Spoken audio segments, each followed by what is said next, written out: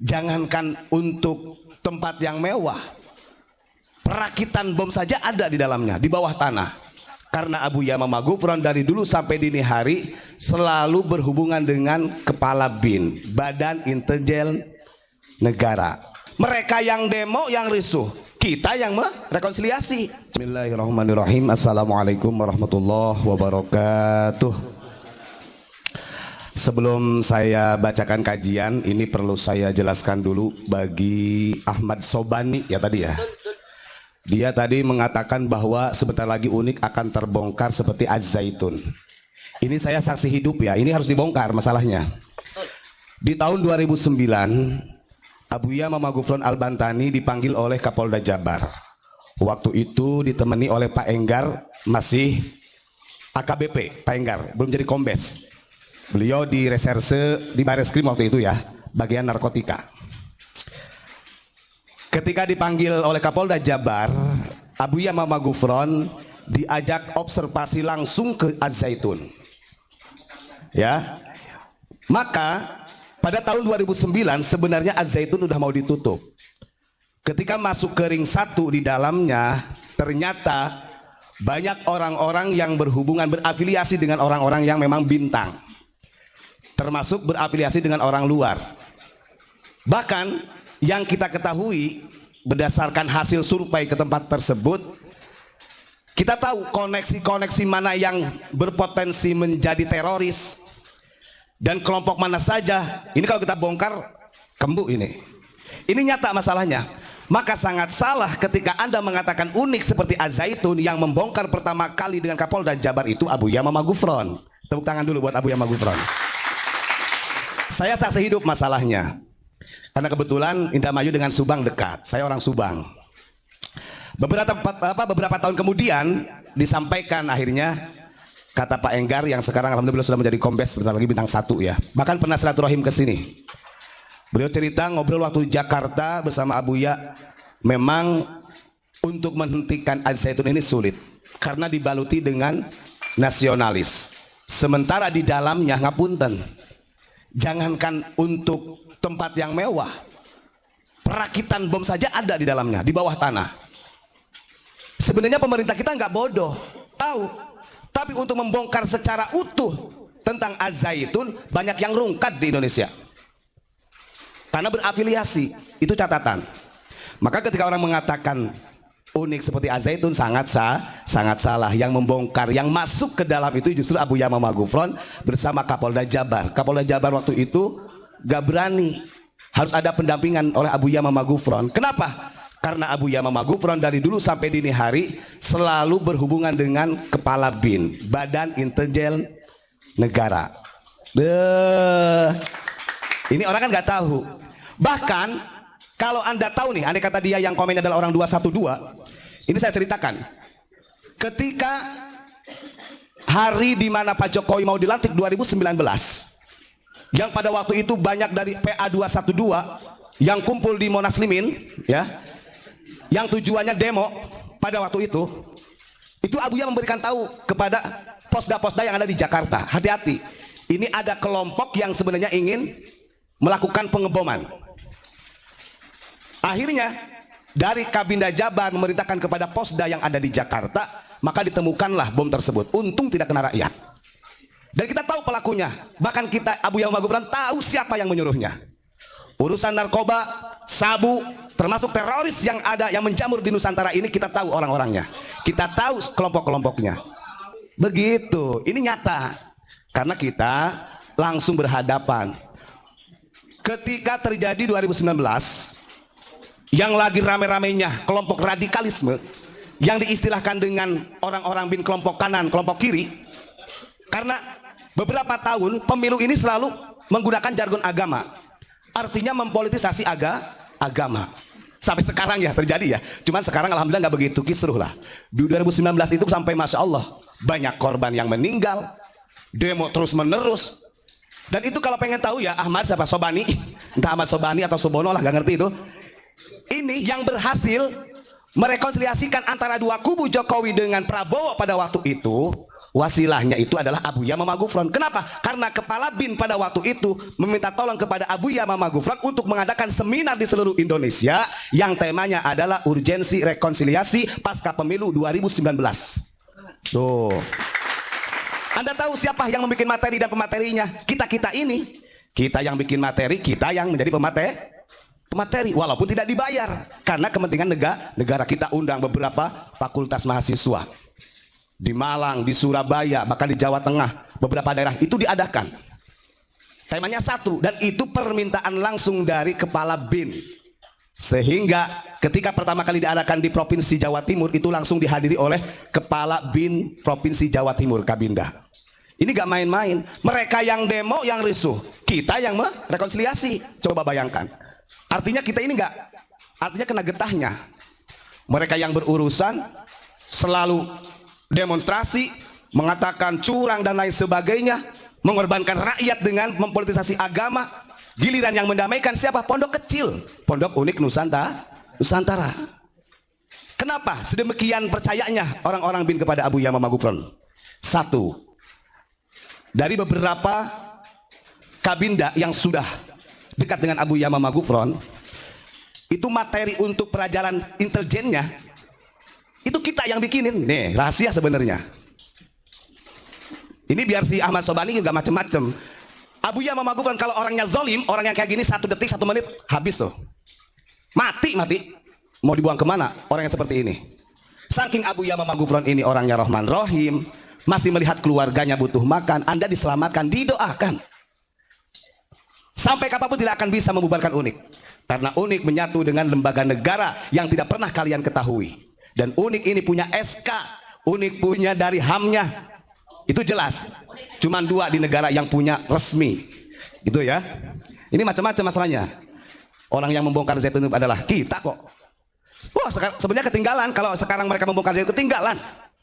Harusnya 2019 itu sudah dieksekusi. Karena ternyata di dalamnya banyak afiliasi-afiliasi. Masya Allah. Begitu, sampai masuk ke dalam pesantrennya loh. Begitu ya. Saya siapa lagi tadi yang mau nanya itu? Banyaklah kalau mau kita ceritakan. Abuya Mama Gufron ada kitab yang namanya Siklus Intelijen dari zaman kenabian yang diadopsi oleh orang Yahudi pada waktu itu. Itu kita berikan kepada orang BIN. Ditayangkan di Infokus di proyektor. Dan kita paparkan. Sampai mereka itu orang BIN juga kaget, heran. Hebat begini ya orang pesantren bisa menjelaskan sistem intelijen. Akhirnya Abuya mengatakan justru intelijen ini adalah ajaran Rasulullah. Siapa di zaman Rasulullah yang menjadi kabinnya kepala BIN pada waktu itu? Hudzaifah Al-Yaman. Beliau jasusul muslimin, Raisul Jasus. Ada baisnya Badan Intelijen Strategi. Siapa pada waktu itu? Salman Al-Fari. Banyak itu. Nah makanya sebenarnya kalau ada orang yang mengatakan demikian, ini kalau mau diculik-culik beneran. Serius. Ada beberapa kawan-kawan kita ya dari santrinya Abah yang di Jakarta itu, yang suka melihat komen-komen, gimana ya Ustadz? Ini gimana, sikat aja? Wah kalau bagi saya sikat aja sudah. Tapi kan kalau Abuya, jangan, kasihan. Jadi jangan mengatakan bahwa UNIK ini hanya sekedar menyampaikan di media saja. Kemarin ada yang ngomong, ketika kita bahas masalah takbir, Rasulullah sendiri itu melarang keras ketika di jalan membaca takbir. Karena dalam etika membaca takbir, idza sa'idna kabbarna wa idza nazzalna sabbahna. Itu dalam hadis yang sahih dalam kitab Al-Adhkar. Kalau kita jalan, kalau jalan itu naik baru membaca takbir. Kalau jalan itu turun, sabbahna kata Rasul, membaca tasbih. Lalu bagaimana hubungannya dengan orang yang teriak-teriak untuk demo takbir? Jelas disalahkan. Karena para sahabat pernah terjadi ketika para sahabat berjalan bersama Rasulullah, ketika berada di suatu lembah, para sahabat takbir dengan keras, ditegur langsung oleh Kanjeng Nabi Muhammad. Membaca takbir itu jangan keras-keras, karena bukan tempatnya. Ada di dalam kitab Al-Adhkar karya Imam Nawawi. Nah ketika kita sampaikan hal ini ajaran Rasulullah, ada yang mengatakan begini, kan takbirnya Rizik Syihab sama Bahar sampai kemana Pak? Ke Aceh. Bisa membantu tsunami Aceh begitu. Dengan bantuan, saya bilang, saya ini begini-begini juga paham dalamannya orang FPI. Ketika itu ada bantuan, mau itu relawan dan lain sebagainya, karena ada donaturnya. Dan kita tahu orang di belakangnya siapa. Sementara takbirnya Abuya, salam Pancasilanya Abuya bisa memberi makan beras se Indonesia. Walaupun tanpa bantuan dari orang lain. Siapa yang paling mulia? Hanya saja tidak dipublikkan saja seperti mereka. Karena kita tidak punya relawan, kita tidak punya laskar. Itu ya harus tahu. Selama corona beliau sampai bahasanya nganyuk hutang lah. Membagikan beras kemana-mana. Hampir seluruh Indonesia menggunakan uang sendiri. Kalau tidak ada uang sampai ngutang, tanpa ada donatur, tanpa ada membuka donasi. Artinya takbirnya elu itu lebih hebat takbirnya kita, walaupun takbir kita tidak keras. Artinya didengar oleh Allah Subhanahu wa ta'ala. Tasbih subhanallah, ganti jangan takbir. Begitu ya, sebenarnya banyak kalau mau kita bongkar. Maka jangan macam-macam, diciduk nggak, bahaya itu. Jangan melihat stylenya Abu Yamamah Ghufran ya. Saya itu banyak dibawa oleh beliau. Kadang-kadang ada orang sekarang Pak yang kemarin ribut masalah pemilihan presiden. Kita mah ketawa sebenarnya. Saya langsung diajak oleh Abu Yamamah Ghufran di hotel bintang 5. Dari praksinya langsung, tangan kanannya langsung dari setiap calon. Nih kalau saya buka, karena ini kan udah selesai pilpres. Uang di depan mata tuh. Ditolak oleh Abu Yamamah Ghufran. Bahkan pengen punya inventaris apa, mobil apa saya belikan. Mau Robicon, bahasanya apa saya belikan. Di Jakarta loh, saya saksi hidup. Di saking Abu Ya ini menjaga marwah, jangan sampai umat ini terpecah belah, tetap didoakan. Karena itu bukan bagian kita. Ulama hanya mendoakan. Ini rame-rame. Semuanya dijargonkan dengan agama. Kalau tidak memilih si A masuk neraka. Kalau tidak memilih si B, wah macam-macam. Ini namanya mempolitisasi agama. Ingat, zaman dinasti khilafiyah kenapa hancur? Karena selalu mempolitisasi agama. Makanya sampai dini hari gak akan bisa. Walaupun HTI ingin mendirikan khilafah, karena sistemnya seperti itu dan selalu menggunakan jargon agama, hancur. Yang ada adalah tumpah darah antar saudara. Kita lihatlah di zaman dinasti. Yang paling sininya dinasti Utsmani Turki. Masya Allah. Perang saudara.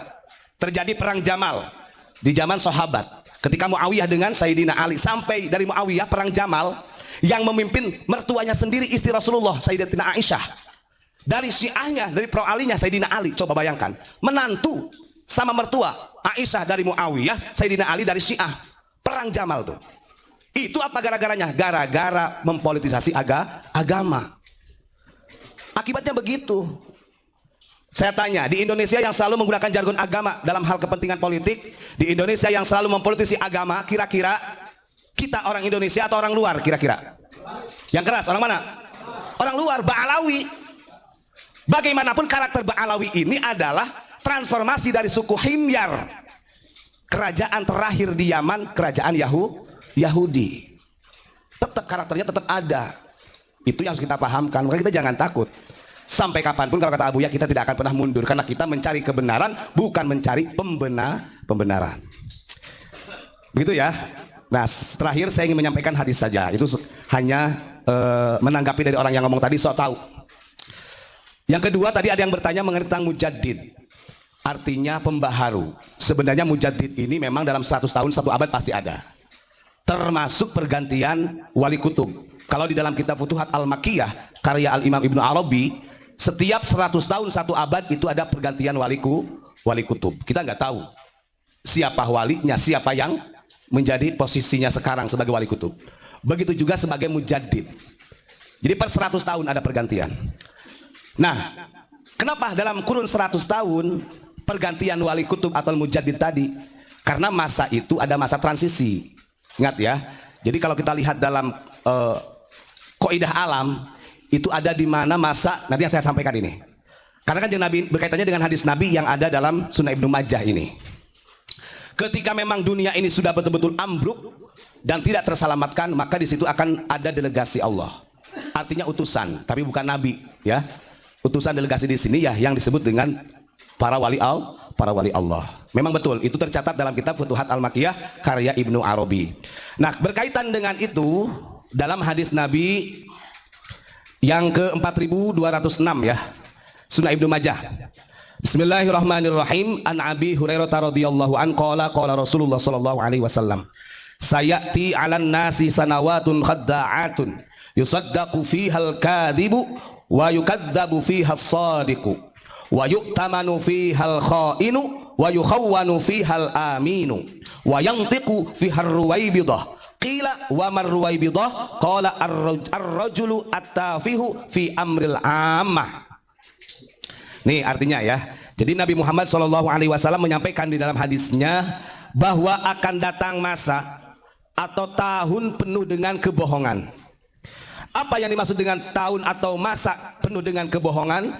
Yaitu Tahun yang penuh dengan kebohongan yang menimpa manusia itu di mana pendusta dipercaya. Oke. Orang yang jujur didustakan. Amanat diberikan kepada pengkhianat, orang yang jujur dikhianati, dan ruwaibidah. Lalu sahabat bertanya, apa ya Rasul ruwaibidah itu? Kanjeng Nabi menjawab, ruwaibidah adalah orang-orang yang bodoh yang diberikan amanah untuk mengurusi urusan perkara umat.